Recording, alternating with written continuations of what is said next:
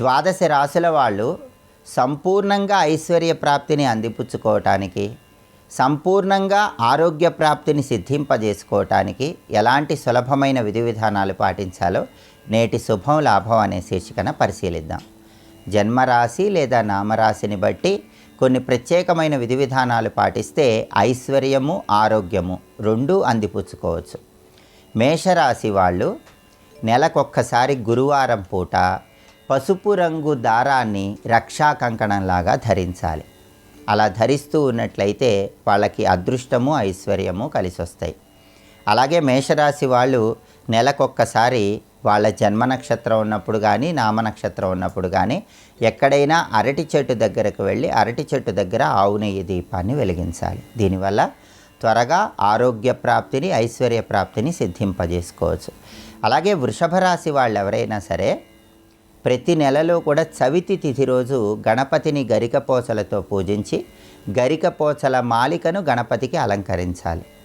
అలాగే వీలైనప్పుడల్లా దుర్గాదేవి ఆలయ ప్రాంగణంలో రాహుకాలంలో నిమ్మకాయ దీపాలు వెలిగించాలి. ఈ విధి విధానాలు పాటిస్తే ఆరోగ్యము ఐశ్వర్యము వృషభ రాశి వాళ్ళకి చేకూరతాయి. అలాగే మిథున రాశిలో జన్మించిన వాళ్ళు ప్రతి నెలలో వచ్చేటటువంటి బుధవారం పూట గణపతిని జిల్లేడు పూలతో పూజించి జిల్లేడు పూల మాలికను గణపతి విగ్రహానికి లేదా చిత్రపటానికి గృహంలో అలంకరించాలి. అలాగే వీలైనప్పుడల్లా బుధవారం పూట దగ్గరలో ఉన్నటువంటి శ్రీరామచంద్రమూర్తి ఆలయానికి వెళ్ళి ఆలయంలో దీపాన్ని వెలిగించుకోవాలి. ఇలా చేస్తే మిథున రాశి వాళ్ళకి ఆరోగ్యము ఐశ్వర్యము చేకూరతాయి.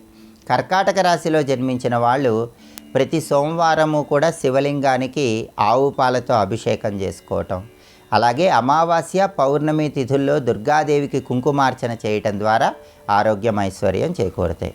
అలాగే సింహరాశి వాళ్ళు తండ్రిని సేవించటం, తండ్రిని గౌరవించటం, ప్రతిరోజు తండ్రి ఆశీర్వాదం తీసుకోవటం, సూర్య నమస్కారాలు చేయటం ద్వారా విశేషంగా అదృష్టం కలిసి వస్తుంది.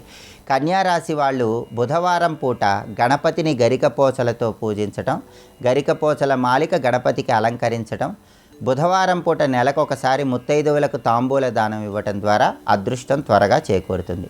తులారాశి వాళ్ళు శనివారం పూట ఆంజనేయ స్వామిని జిల్లేడు పూలతో పూజించటం, శనివారం కాళికా అమ్మవారి ఆలయంలో నిమ్మకాయల దీపాన్ని వెలిగించడం ద్వారా త్వరగా అదృష్టం చేకూరుతుంది. వృశ్చిక రాశిలో జన్మించిన వాళ్ళకి ప్రతి నెలలో వచ్చే మాస శివరాత్రి శివాభిషేకం చేయించుకోవటం ద్వారా, జన్మ నక్షత్రం ఉన్న రోజు ఎవరికైనా తీపి పదార్థాలు పంచిపెట్టడం ద్వారా ఆరోగ్యము ఐశ్వర్యము సిద్ధిస్తాయి. ధనుస్సు రాశిలో జన్మించిన వాళ్ళు గురువారం పూట శ్రీరామచంద్రమూర్తి ఆలయానికి వెళ్ళి రామనామాన్ని వీలైనన్ని సార్లు జపించుకొని శనగపిండితో తయారు చేయబడిన తీపి పదార్థాలు ఆలయ ప్రాంగణంలో పంచిపెట్టాలి. మకర రాశిలో జన్మించిన వాళ్ళు నెలకొక్కసారి దేవాలయంలో దీపారాధనల నిమిత్తమై నూనె ఇచ్చినట్లయితే త్వరగా ఆరోగ్యము ఐశ్వర్యము సిద్ధిస్తాయి. అలాగే మకర రాశి వాళ్ళు వెంకటేశ్వర స్వామి ఆలయ ప్రాంగణంలో కూర్చుని గోవిందనామాలు పఠించినట్లయితే తొందరగా అదృష్టాన్ని ఐశ్వర్యాన్ని అందిపుచ్చుకోవచ్చు. కుంభరాశిలో జన్మించిన వాళ్ళు ప్రతి నెలలో మాస శివరాత్రి శివాభిషేకం చేసుకోవటం, అలాగే కాళికా అమ్మవారికి వీలైనప్పుడల్లా నిమ్మకాయల దండను సమర్పించడం ద్వారా తొందరగా అదృష్టం చేకూరుతుంది.